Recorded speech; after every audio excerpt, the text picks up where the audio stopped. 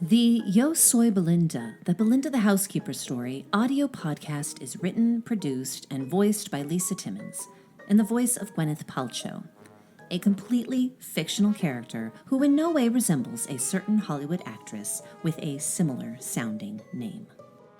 From the Goop headquarters located in one of my walk-in closets at an undisclosed location within the greater Los Angeles area, I'm Gwyneth Palcho, coming at you with my true crime audio podcast entitled Yo Soy Belinda, the Belinda the Housekeeper story. Join me as I solve the mystery of what happened to my housekeeper, Belinda, who mysteriously disappeared just as my latest beauty product rolled out called Belinda in a Bottle, leading to completely unfounded speculation that I was using her body to make beauty products for the rich and celebrity obsessed.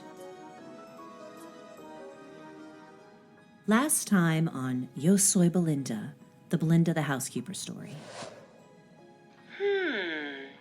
You shoved Belinda, knocked her out cold with a head injury, and that didn't kill her? Even though I'm you, I'm finding that hard to believe. My eyes rested on the door that led into the system of tunnels used by my help to traverse my immense mansion. It slowly creaked open. I peeked my head inside the dark tunnel before quietly asking myself, "Oh, Belinda, where are you?" Oh, this is absolutely delightful. I thought for sure that you'd killed her, but it seems you might have underestimated our poor, dear Belinda after all, since it does sound like the woman is somehow still alive. It appears that maybe I had. But if she were still alive, does that mean she could still be running around through the tunnels, even now? How am I supposed to know? You're the hypnotized one. Need I remind you that these are the memories you are suppressing for one reason or another? You and I are merely two versions of the same thing, and each one of us has different clues for the answer to this puzzling Belinda situation. Oh, yes, that's right. We both sat in silence for a moment, contemplating, musing. You mentioned to me before that you had spoken with her family, but that they weren't very helpful. Do you think we should explore the memories of that encounter? Perhaps there's something we can discover together if we really review what happened. Some clue or some hint as to who Belinda really was that could possibly guide you to understand where she might be now. Oh, goodness. Belinda's family. I absolutely do remember my visit with them, but before I can delve into those memories, I have a very important matter to attend to. Oh? My very adequate husband, Brad, was expecting me back in our marital lovemaking bed, right at the moment that I discovered that Belinda was missing. How wonderfully kinky. What did you do? The only thing I could do. I went back upstairs and decided that I would make love to him in such a technically excellent manner that he would have no choice but to think that everything was totally fine. I realized I needed to rush upstairs as quickly as possible. This session would need to last the duration of the night, if only to buy me some time and possibly an alibi. Yes, what a fun, sexy plan. Tell me every scintillating detail, please. First, I wiped the blood from around the bucket sink in the laundry room as quickly as I could, shoving the bloody rags into my pocket and dousing the sink in bleach, before rushing to the elevator and pushing the button with an urgency befitting a weary traveler desperate to pee after a long road trip.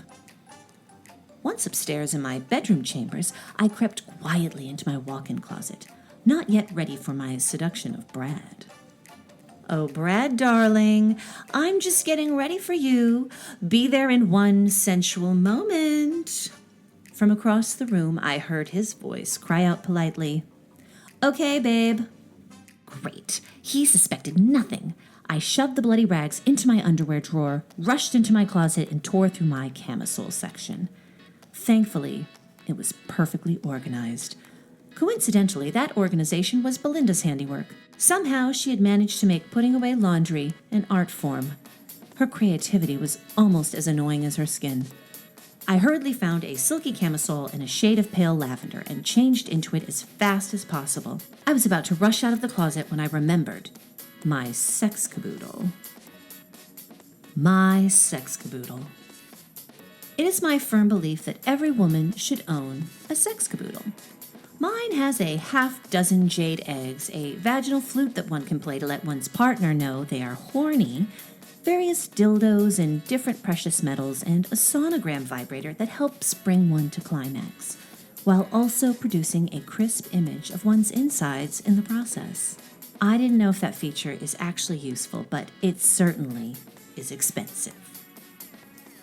There are those who believe that their sex caboodle need only be filled with self-confidence, a curiosity to understand one's specific body and needs, as well as a mutual understanding and respect between all parties involved. But imagining someone having a healthy, satisfying sex life with a total of 0 Goop-branded products seemed a ridiculous thought indeed. I pulled out my caboodle with a contented smile. It was a cheerful shade of mustard yellow, a purchase I made back when I first discovered turmeric, a word I can now correctly pronounce.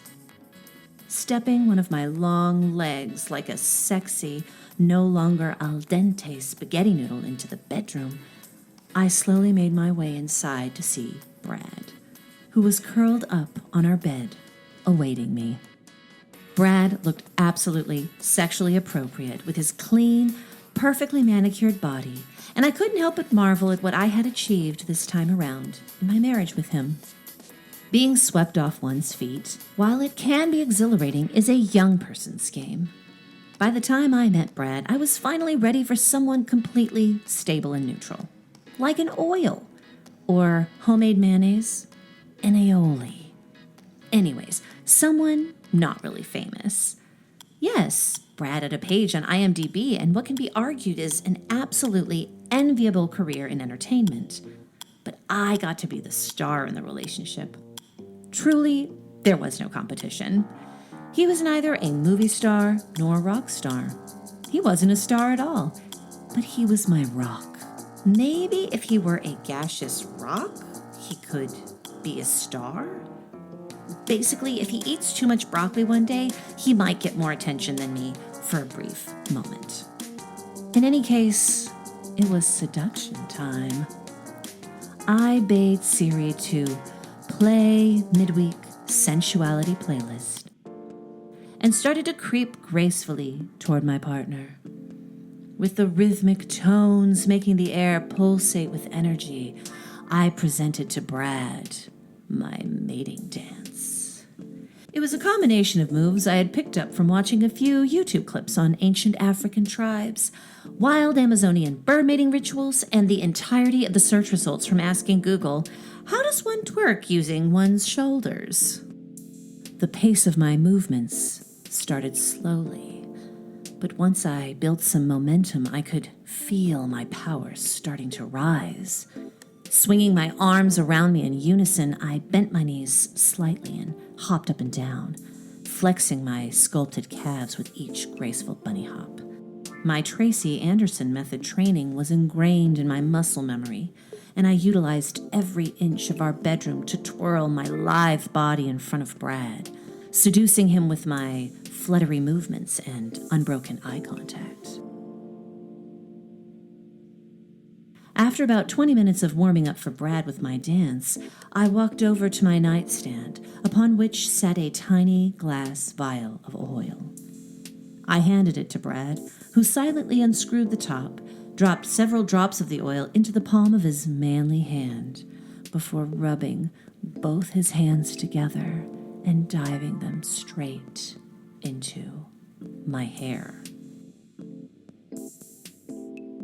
He rubbed the oil into my hair, a practice in which I engage regularly after any form of physical exertion to ensure the suppleness of my hair for the remainder of my duration on planet Earth. Once I was moisturized, I turned to him and said, ever so gently, I am now ready for our lovemaking, husband. He nodded at me in consent. At that point, I pulled out the vaginal flute from my sex caboodle. I sat down on our bed, cross-legged, facing Brad, in order to perform my lady recital for him. On the flute, I began to play the only song I've ever successfully learned how to play on it. Hot Cross Buns. Slowly, sensually drawing out each note, I moved like a lithe snake, encouraging Brad with my intense stare to begin to dance for me as well. Totally nude, Brad rose from the bed to begin performing a seductive dance, famously known as Conan O'Brien's string dance. He knows this miming of an Ivy League-educated red-headed man who once graced television screens every night, lifting one side of his hip with an imaginary string, gets my sexual motor running like nothing else. Undulating his hips from side to side, I played hot cross buns, faster and faster, until we both collapsed into the bed into one another in a flurry of passion and literal hot cross buns. Then we briefly had sex. It was the most adequate I've felt in weeks. I was a woman electrified. My performance was clearly more than adequate for Brad, who fell asleep almost immediately after our romantic tryst, as was my intention, and he peacefully began to snore. My mood instantly changed. Looking around the room with suspicion, no amount of sexual antics could get me to completely forget one simple fact. Belinda was alive, and somewhere in my home, literally within the very walls of my home. What did you do then? Did you go to sleep? Oh no, I was way too amped for that. Between my lovemaking session, the foreplay for which took several hours, and the adrenaline rush of having discovered that Belinda's body was on the move, my brain was buzzing with wild thoughts. I crept quietly out of our bedroom into the hallway. Looking down the hall, I peered into the darkness in the direction of the door that led into the mansion's inner tunnels. My mansion's inner tunnels.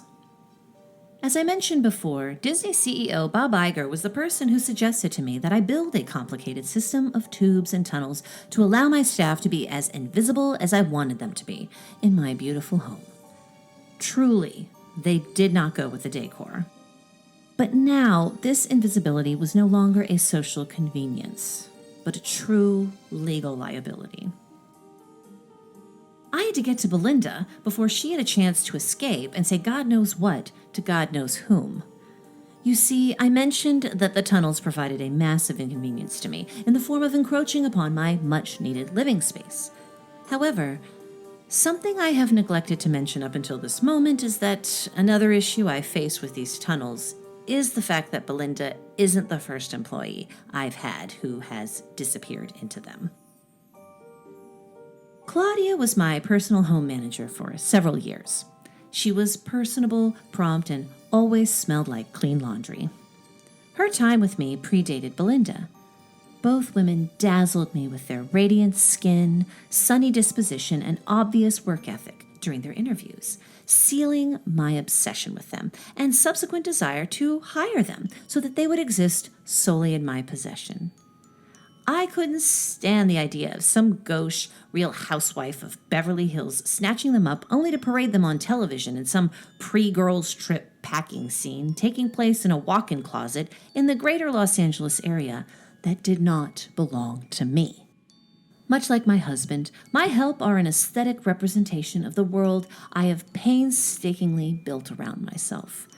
They were equally as vital for my visual sense of calm and peace as the hand-selected color palette that had been carefully chosen for each special room in my unique estate.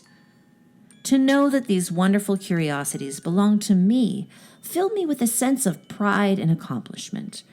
So it should come as no surprise that the idea of losing any of these collectibles gravely disturbed me. After years of hard work and meticulous closet organizing, Claudia approached me in a manner quite similar to the way that Belinda had, one breezy summer evening, to tell me that she had applied for and obtained a job as a receptionist. This new job allowed her to sit at a desk with a computer and for higher pay. Most importantly, she noted, this new office job featured potential for growth within the company, a financial opportunity she simply could not squander for herself or for her family. And this was why she was choosing to give me her final 2 weeks' notice.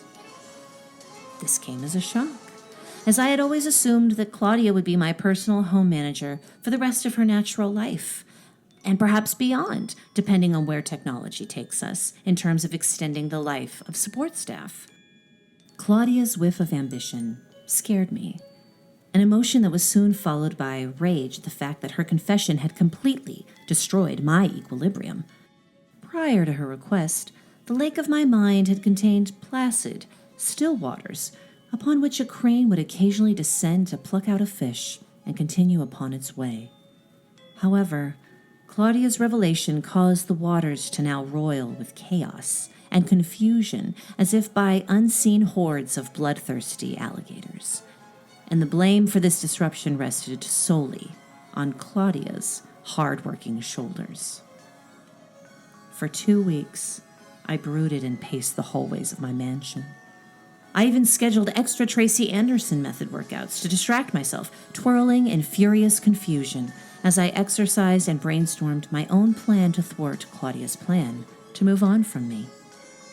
For you see, as much as I delight in practicing the peaceful art of conscious uncoupling with my romantic partners, I am emotionally incapable of being abandoned by someone whom I have chosen to employ under my control. These men who have shared my bed have, for the most part, been my social equals, but these women, and some men, definitely have not been, which is why their abandonment stings so painfully. Who are they to leave me? I am always the one who is chosen. However, because I still had a final wish left as a result of a breach of contract lawsuit with a genie from which I had emerged victorious, I knew I had an ace up my sleeve to counter Claudia's betrayal. On the night before the last day of her final 2 weeks, I conjured the genie from his lamp and told him that I was ready to give him my final wish. Nodding solemnly, and probably with some suppressed annoyance as our trial was very contentious, he listened as I told him what I wanted in my final request. Genie, please grant me the following wish. Any employee of mine whom I fire or who quits will be banished into the tunnels of my home indefinitely on their last day of employment with me. Taking this in silently, the genie closed his eyes and wiggled his nose, and with a ceremonial puff of smoke, my last wish was granted. On Claudia's last day of work, she arrived with a bright smile on her face. There was an excitement she exhibited that belied her existence as someone of a lower station than myself. I also smiled, but she had no idea that it was simply because I knew a secret that she did not. And that secret was that after tonight, her fate belonged to me. Claudia went about her work that day, never once suspecting what I had in store for her. She had no idea that her dreams of advancing to an office job with her own desk and computer, one that promised a future of economic advancement and, dare she dream it, the advancement of her social class, were soon to be just that, nothing more than delightful daydreams dissolved into darkness. As for me, I was giddy the entire day. I worked from my home office, determined not to miss the moment when my wish was finally enacted. Toting my laptop around the house, I followed Claudia in the background as she did her daily chores and checklists for the last time, until she finally approached me at the end of the day to say, "Miss Gwyneth, I think it's time for me to say goodbye." She reached her arms out towards me to offer a warm, final embrace. I accepted her hug and did my best to convincingly reciprocate her sentiment, lest I give away my true intentions. Satisfied with the encounter, I supposed, she let go of me, so I did the same. "Goodbye, Claudia," I said. It was but a moment before a distinct creaking sound pierced the silence of the room. Down at the end of the hallway, a door glided smoothly open as if pushed by some unseen hand. Claudia turned around in confusion as the gaping doorway offered a peek into the mysterious service tunnels. It was quite unimaginable that any of the help staff would have a reason to come through this passageway at this time of day. The door opened completely, revealing the full darkness of the tunnel entrance. Somehow, slowly, the shadow of darkness grew. It increased in size as if it were caused by the shifting of an unseen source of light. The darkness stretched out like an arm and quickly like a black lightning bolt, preparing to strike its target, which was clearly Claudia. When the darkness reached her, Claudia's eyes changed immediately. The shock of reaction that came from the shadow making contact with her skin paralyzed her with fear and confusion. And suddenly, silently, she was gone. The shadow retracted back into the tunnel with her in its grip so quickly that she hadn't even had an opportunity to truly react.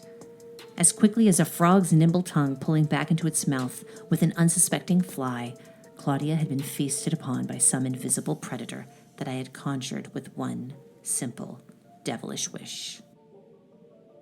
Never once suspecting that I could be capable of such polite violence, my memory of Claudia's final look of shock and confusion was reignited when I witnessed Belinda's face reveal an almost identical reaction when I had shoved her down the laundry chute.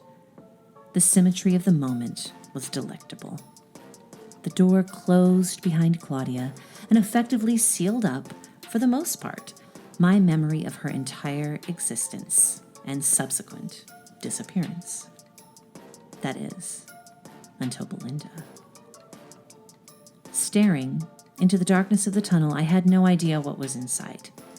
Ever since Claudia had been banished, each and every employee whom I had fired or who had quit, usually they just quit, had been disposed of in the exact same manner as had been Claudia. With each final hug and utterance of goodbye, I had sealed their collective fates as prisoners of my own making. While I had no idea what truly became of them, I could at least content myself with the knowledge that they were very likely miserable. Knowing that I was faring better than them brought me a great deal of serenity. Namaste. However, now as I peered into the tunnel entrance, I realized that this lack of knowledge of what had become of my former employees could potentially be a massive liability. God only knew who still roamed those tunnels and what had become of them. I reached my hand out into the darkness with curiosity, wondering if my fingertips would fumble across some tangible object. Suddenly, a cold, tiny gust of wind blew across the back of my neck as I heard the words, "Miss Gwyneth." Oh my God, that is absolutely terrifying. What did you do then? I slammed the door to the tunnel shut and raced back to my bedroom. Tearing through the hallway, I finally reached the bedroom and closed the doors tightly behind me, locking them.